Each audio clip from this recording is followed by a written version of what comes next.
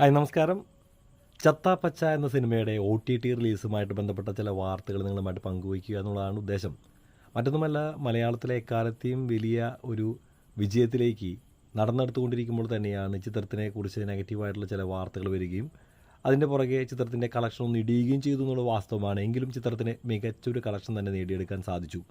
നമുക്കറിയാം, മമ്മൂക്കയുടെ ആ ഒരു എൻട്രി എല്ലാവരും വൻ പ്രതീക്ഷയോടെയാണ് നോക്കിക്കണ്ടിരുന്നത്. ഞാനും അങ്ങനെ തന്നെയാണ്. പക്ഷേ അദ്ദേഹത്തിൻ്റെ ഡയലോഗ് ഡെലിവറി പലർക്കും അത് രസിച്ചിട്ടില്ല. കാരണം അത് ഈ കാലഘട്ടത്തിൽ മമ്മൂക്കയിൽ നിന്ന് നമ്മൾ പ്രതീക്ഷിച്ചതല്ല എന്നാണ് പലരും പറയുന്നത്. മമ്മൂക്ക എന്ന കഥാപാത്രവും അദ്ദേഹത്തിൻ്റെ ഫാക്ടറും നമ്മളെല്ലാം ആ ഫാക്ടർ നോക്കിക്കാണുന്നത് എന്തെങ്കിലും വ്യത്യസ്തതയാണ്. പക്ഷേ ഇവിടെ അതിൽ നിന്ന് വ്യത്യസ്തമായിട്ട് ആ ഒരു കഥാപാത്രത്തിൻ്റെ പഞ്ച് അവിടെ കുറഞ്ഞു പോകുന്ന കാഴ്ചയാണ് നമ്മൾ കണ്ടത്. അത് സംവിധായകൻ്റെ ചെറിയൊരു പോരായ്മയായിട്ട് നമുക്ക് കാണാം. അത് അദ്ദേഹത്തിൻ്റെ ആദ്യ സിനിമയാണെന്ന് കൂടി ഓർക്കണം. അപ്പോൾ അദ്ദേഹം പറഞ്ഞ പോലെ അഭിനയിച്ചു എന്നാണ് മമ്മൂക്ക പറയുന്നത്. അതോടുകൂടി ഒന്നും കൂടി ചിത്രം ഇരുന്നു എന്ന് വേണമെങ്കിൽ കരുതാം. കാരണം മമ്മൂക്ക ആ ഒരു രീതിയിൽ പറയുമെന്ന് ആരും പ്രതീക്ഷിച്ചില്ല, നമ്മളും പ്രതീക്ഷിച്ചില്ല. പക്ഷേ സിനിമ ഒന്നിരുന്നു എന്നുള്ളത് വാസ്തവമാണ്.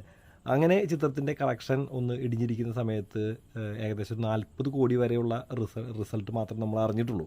അതിനുശേഷം എന്തായാലും നമുക്ക് അറിഞ്ഞുകൂടാ.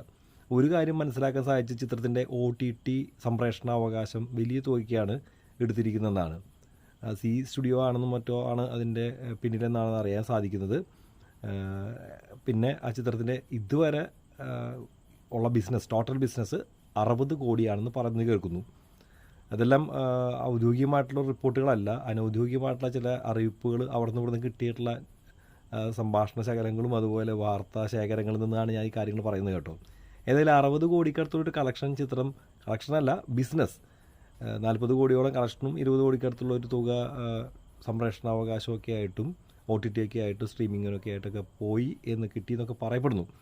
ഏതായാലും സിനിമ അത്യാവശ്യം നല്ല രീതിയിൽ തന്നെ തിയേറ്ററിൽ കളിച്ചു. നിർമ്മാതാക്കൾക്ക് അത് സേഫ് സോണിലേക്ക് എത്തിയെന്നുള്ളത് വാസ്തവമാണ്.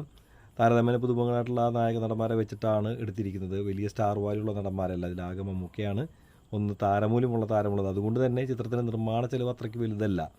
അതുകൊണ്ട് ഈ സിനിമ 40 കോടി തിയേറ്ററിൽ നിന്ന് കളക്ഷൻ നേടിയെന്ന് പറഞ്ഞാൽ അതൊരു ഡബിൾ ഇമ്പാക്റ്റ് തന്നെയാണ്. അത് വലിയൊരു വിജയം തന്നെയാണ്.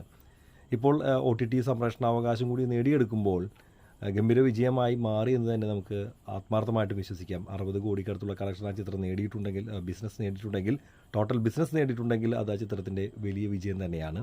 ഏതായാലും അടുത്ത സിനിമ അദ്വൈത് നായർ ചെയ്യുമ്പോൾ ഇതിലെ പോരായ്മകളെല്ലാം പരിഹരിച്ച് ഒരു കാമിയോനെ വെക്കുന്നുണ്ടെങ്കിൽ അത് എങ്ങനെ വെക്കണമെന്ന് കൂടി ഒന്ന് നന്നായി ഗൃഹപാഠം ചെയ്യുകയാണെങ്കിൽ മലയാളത്തിന് മികച്ചൊരു സംവിധായകനെയാണ് നമുക്ക് ലഭിച്ചിരിക്കുന്നത് എന്ന് നിസ്സംശയം കരുതാം. കാരണം ഇത്തരം സംവിധായകർ ഇനിയും വളർന്നു വരേണ്ടിയിരിക്കുന്നു. മലയാള സിനിമ ഡെവലപ്പ് ചെയ്യേണ്ടിയിരിക്കുന്നു.